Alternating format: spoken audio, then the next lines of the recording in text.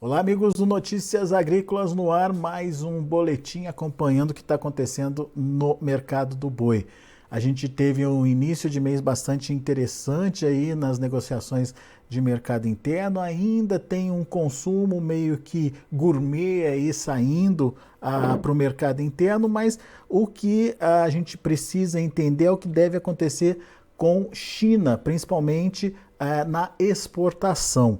Quem traz mais detalhes para a gente é o Caio Junqueira, lá da Cross Investimentos. Caio hoje está por telefone com a gente. Seja bem-vindo, viu, Caio? Obrigado por nos ajudar a entender um pouquinho mais do que pode acontecer com o mercado.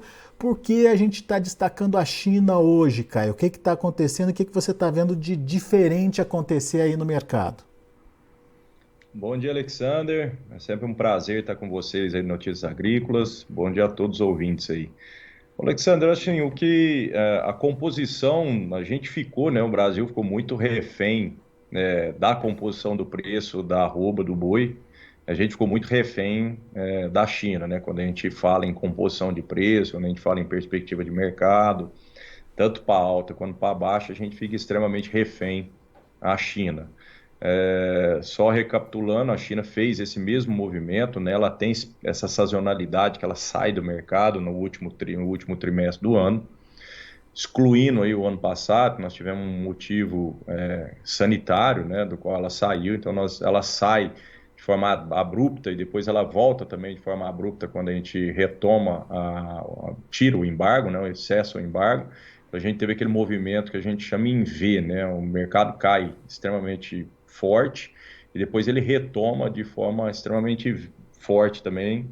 Então, os preços fazem uma curva que a gente chama de movimento em V. 2021 a gente precisa excluir dessa análise, né? Que foi esse movimento que teve muito mais a ver com um problema sanitário do que com a sazonalidade da China, mas 2020 a gente teve um movimento extremamente parecido com o que a gente está vendo hoje, né, dentro de 2022. Então ela já fez esse movimento lá atrás e ela retoma também num determinado período, num horizonte aí tem muito a ver quando que cai o Ano Novo Chinês. Então, às vezes, um pouco mais próximo do fim do ano, um pouco mais distante do fim do ano. 2020, ela retomou essas negociações antes do final aí, na primeira quinzena de novembro, ela começa a fazer uma retomada de negociações. Isso foi 2020. Esse ano, ela fez esse mesmo movimento, que a gente já conhece, dessa sazonalidade do Ano Novo Chinês, e tira o pé, né? Ela não tira o pé, mas ela tenta barganhar e tenta pôr preços nessa tonelada que ela compra da carne nossa, do dianteiro, lá embaixo. Então, só para a gente ter uma base de comparação, a China chegou a pagar quase US$ 8.000 ou US$ 8.000 a tonelada do dianteiro na janela de março. E para você ver a diferença que isso faz na composição do preço, março foi a janela de melhor preço que nós tivemos no boi gordo dentro do ano 2022. Então, nós chegamos a ter alguma coisa muito próxima de R$ 350. Entendendo o mercado, eu acho que foi uma corrida da China em se estocar naquele período, por conta que a gente estava começando a guerra, né, a guerra da Ucrânia, e isso aconteceu praticamente no vizinho deles, então eles ficaram provavelmente com medo desse transtorno em termos logísticos, e aí pagou o que o brasileiro, que a indústria estava pedindo. Então, a gente tem uma noção de de qual é a importância na composição de preço da China quando ela está comprando aqui dentro do Brasil.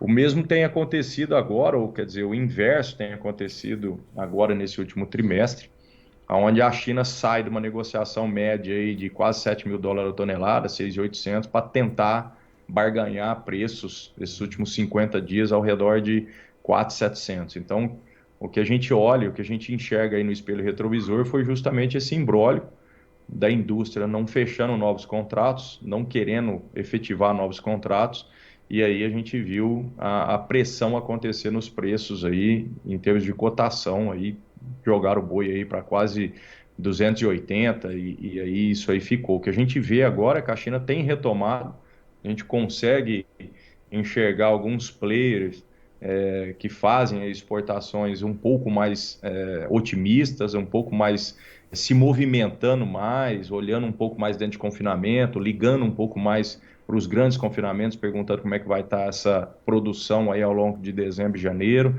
Então a gente enxerga que está tendo uma negociação. Então a gente enxerga que a China saiu desses 4.700, que ela ficou tentando barganhar esses últimos 40, 50 dias, e já evolui para tentativas de negociação de 5.400. A gente não enxerga ainda que a indústria brasileira tem batido o martelo, e a gente enxerga também que a indústria brasileira está tentando puxar esse bid de compra dos chineses mais próximo aí dos $6.000 a tonelada. Não é alguma coisa que acontece da noite para o dia, mas a gente sabe, a gente enxerga, e a indústria muito mais que a gente, ela consegue enxergar que o Brasil hoje é o prato, entre aspas, que está na mesa do chinês mais barato. A gente pega comparativos, até mesmo aqui na América do Sul, em termos de comparativos de arroba por dólar, Brasil é o mais barato, é o que entrega a melhor qualidade, é o que entrega melhor, é o que entrega mais volume. Então é uma questão de tempo da China reatar aí esse namoro, esse casamento, e uma questão de tempo dela voltar a pagar bons preços, né? A gente não acha que vai acontecer o mesmo movimento que aconteceu em 2021, por isso que eu falei aí no começo da entrevista, aquele movimento em V, né? Porque o contexto é outro, mas a gente enxerga que a China volta a comprar e volta a pagar um pouco melhor aí, e consequentemente a indústria provavelmente vai vir com mais apetite, e aí vai se deparar com uma oferta menor, né? Justamente porque a gente sai daquela sazonalidade mais coxo, de agora até março a gente vai começar a migrar essa oferta de confinamento para dentro da oferta de pasto. A oferta de pasto é uma oferta mais controlada, que o cliente, o pecuarista não tem aquela necessidade de vender o animal, não tem aquela janela tão estreita para se vender o animal.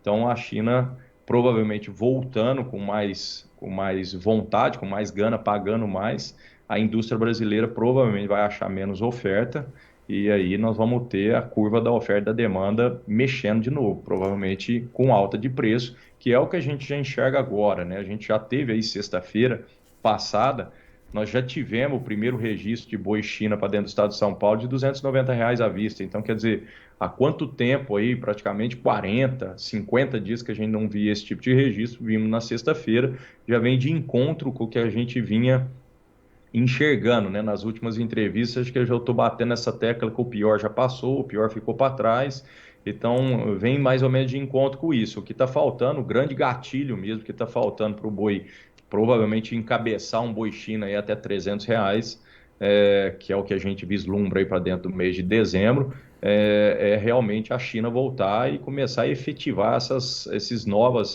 negociações, próximo talvez dos $6.000 a tonelada do dianteiro. Às vezes não é $6.000, mas é 5.600, 5.700 ou algo acima de 5.500, que já deixa a indústria brasileira um pouco mais confortável e com um pouco mais de vontade, de gana de vir aumentar o volume, né? Porque a gente passou também por uma diminuição drástica aí de volume de abate aí nesses últimos 40 dias, né? A gente tem notado que as indústrias, principalmente as indústrias que fazem em China, ao invés de fazer 2 turnos, de fazer os abates cheios, de abater no sábado, ela vinha pulando muitas das vezes até 2 vezes na semana, justamente porque a demanda externa estava devagar, né? Então ela padroniza, ela organiza a escala de abate dela para ofertar menos, justamente porque as margens são mais apertadas, né? Muito bem.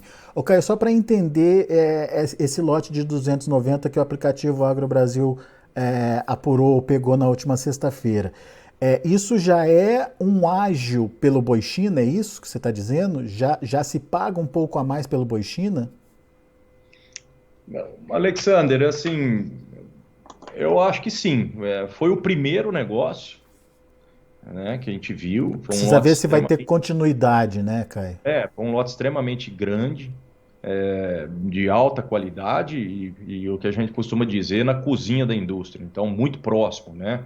Então, assim, a indústria não tem problema de frete, porque é um frete extremamente curto, ela tem volume, quer dizer, ela não pagou em 100 boi, não pagou em 80 boi. Então, ela teve um motivo a mais também para pagar. Então, ela faz, provavelmente, ela hoje está tentando comprar boi a 280, então ela faz uma 20, 30% do abate dela ao longo de mais 10 dias, num volume grande, e aí tenta fazer uma média para frente, comprando animais mais baratos. Então, a gente não leva ainda, a gente não padroniza isso como padrão agora para o boi China. A gente ainda vê em algumas regiões, dentro mesmo do estado de São Paulo, de indústrias que não têm necessidade nenhuma de pagar o boi de 285, por exemplo, e tem conseguido comprar o boi China de 280. Uhum. Então, quer dizer, vai muito da macro-região que o cliente pecuarista ou que o comprador, a indústria, está inserida. Então,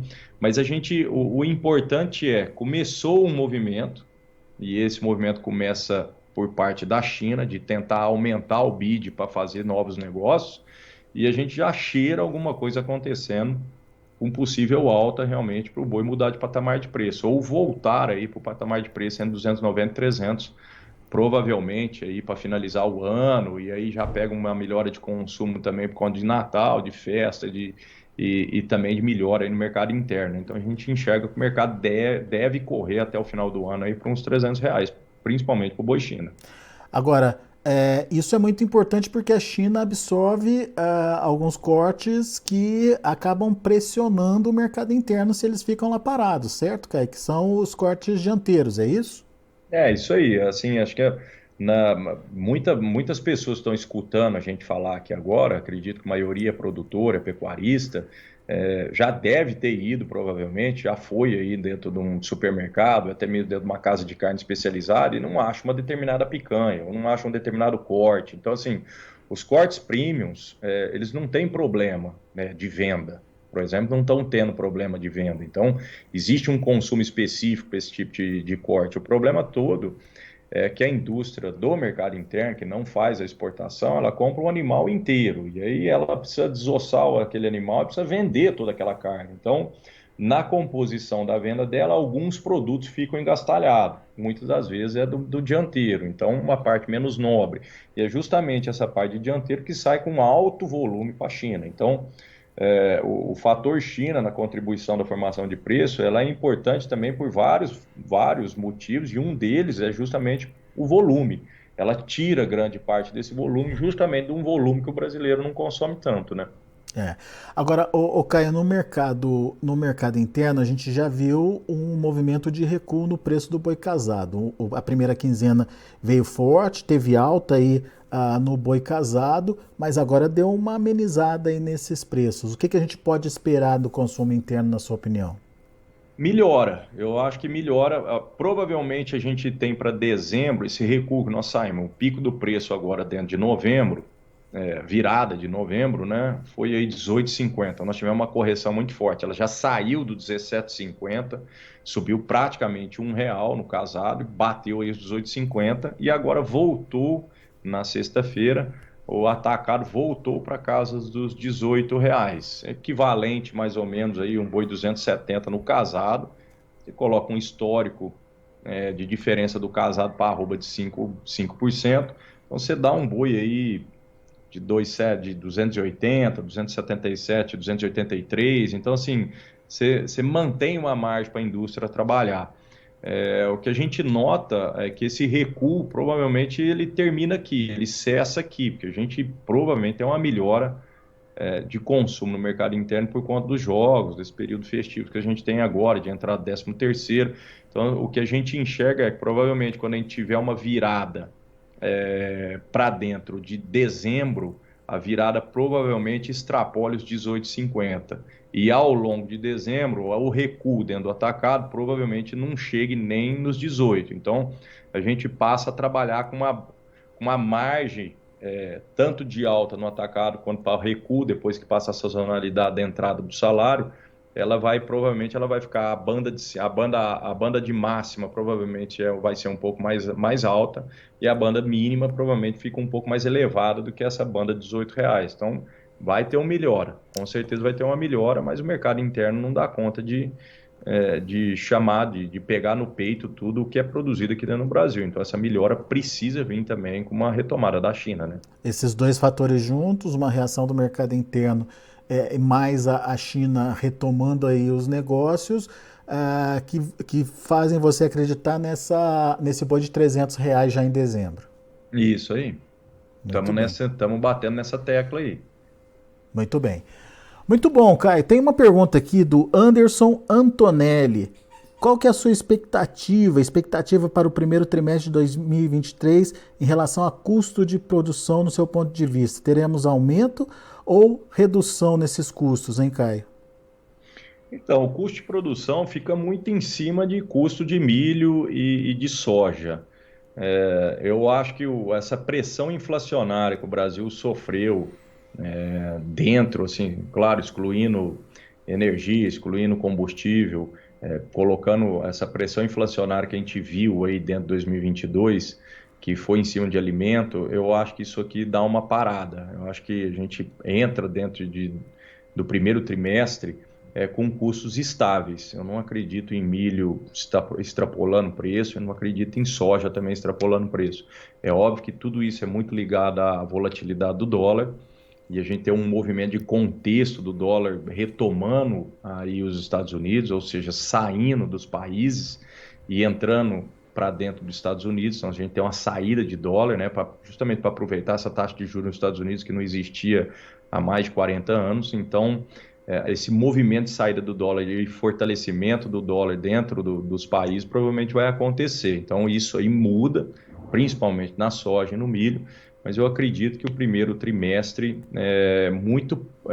os preços de soja e milho, que vão fazer aí o custo da produção, fiquem muito estáveis, muito parecido do que nós estamos vendo agora. Então, não acredito em grandes altas em termos de custo de produção, não. Acredito em retomada de preço de boi até março, né, por conta dessa lapidação do confinamento, né, o confinamento deve diminuir drasticamente até março, quando esse histórico que nós tivemos dentro de 2021, de baixas de preço, de prejuízo para quem levou boi para confinamento, se repetindo agora dentro de 2022, então eu acredito que o primeiro trimestre aí seja de preços melhores, exclusivamente para o boi. Não acho que vai acompanhar na soja e também não acho que vai acompanhar no milho. A não ser, é óbvio, que a gente tem um dólar de R$ 6.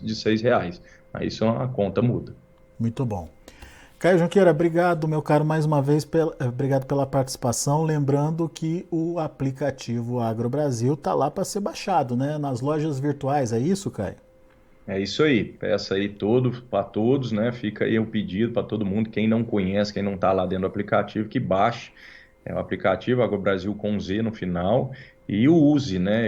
Comece a contribuir para essa formação de preço, para esses registros de negócio que acontece lá 24 horas por dia, que acabam ajudando na formação de preço, né? Antes do aplicativo existir, a formação de preço era feita única e exclusivamente pela indústria, né? A indústria que coloca o preço, porque ela tem uma malha de informação extremamente grande. São poucas indústrias que compram de mais de 3 milhões de pecuaristas ao longo aí do Brasil, né? No território brasileiro. Então, o aplicativo veio justamente para isso, para contribuir para a formação de preço, né? Para deixar um pouco mais igualitário essa formação de preço, uma vez que quem usa, quem está ali dentro e faz uma venda, ela registra o seu negócio e o negócio acaba ajudando na formação de preço, ajudando todo mundo que está ali dentro dessa comunidade a ficar mais bem informada, né? Então é extremamente importante que não só abaixe o aplicativo, mas também o use de forma efetiva em fazendo seus registros, né? Por exemplo, esse registro de R$ 290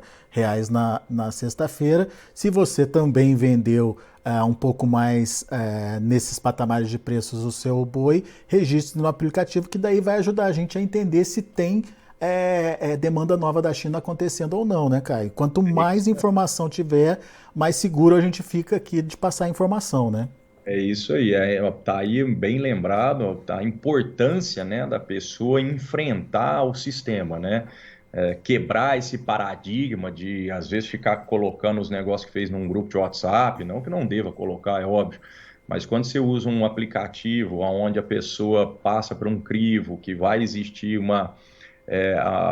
todo o banco de dados vai atrás para saber se a informação é realmente real, de como que aconteceu, qual é o tipo de gado, e depois audita isso, e isso sobe num timeline, e a informação chega tanto para mim, que está aqui dentro do estado de São Paulo, para alguém que está lá no Acre, ou na Rondônia, ou no MT, ou no MS. Então a informação ela fica extremamente rápido, ágil, e faz com que isso mude, né? Então a formação de preço passa a ter uma balança, né? Ela não é só por parte da indústria. A partir do momento que o pecuarista quebra esse paradigma de fazer o registro para dar conhecimento para toda a classe, a força passa a ser muito mais equalitária, né? Então é extremamente importante que todos usem de forma correta, né? Fez o seu negócio, vai lá e registra. Boa, Caio. Meu caro, obrigado mais uma vez pela sua participação. Volte sempre, Caio. Obrigado a todos, uma boa tarde, boa semana a todos, bom negócio. Valeu, boa semana. Tá aí Caio Junqueira, Cross Investimentos, aqui com a gente no Notícias Agrícolas. Lembrando que possivelmente a gente pode ver aí uma retomada das negociações. Obviamente, retomadas das negociações, estou falando com a China, obviamente seguindo uma tendência que aconteceu em 2020. Não é a mesma tendência do ano passado, porque o ano passado foi atípico, teve aquele caso de vaca louca atípica aqui no Brasil, as exportações caíram muito rapidamente, subiram muito rapidamente, então é meio que fora da curva. Mas olhando para o que aconteceu em 2020, tem aí uma possibilidade de o mercado acompanhar. E é nesse momento, depois de ter ficado alguns dias, 40, 50 dias fora das compras, é nesse momento que o chinês começa a retomar suas compras para que essa carne possa chegar lá depois do feriado, lá depois do ano novo na China. E está tendo já uma negociação mais intensa em relação ao preço da carne. Segundo o Caio, negócios que saíam em torno de 4.500, 4.700 dólares a tonelada, já começam a girar em torno de 5.400, mas as indústrias querem chegar aí nos 6.000 dólares por tonelada. Se isso acontecer de fato, mais uma reação do consumo interno, uma consolidação dessa reação que já começou a acontecer agora em novembro, e mais uma redução que é natural aí da demanda por conta da diminuição dos confinamentos, do volume de animais nos confinamentos, esses fatores juntos podem trazer de volta aquele patamar dos R$300 para a arroba, pelo menos essa é a expectativa do Caio Junqueira lá da Cross Investimentos.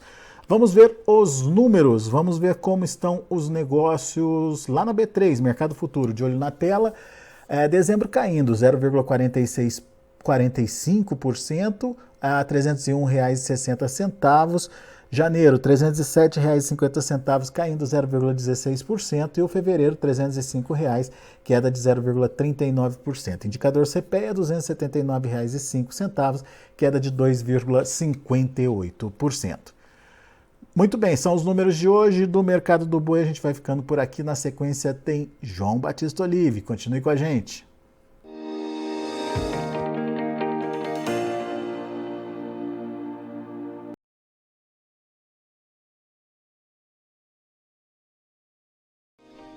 Se inscreva em nossas mídias sociais. No Facebook, Notícias Agrícolas. No Instagram, @Notícias Agrícolas. E em nosso Twitter, @Norteagri.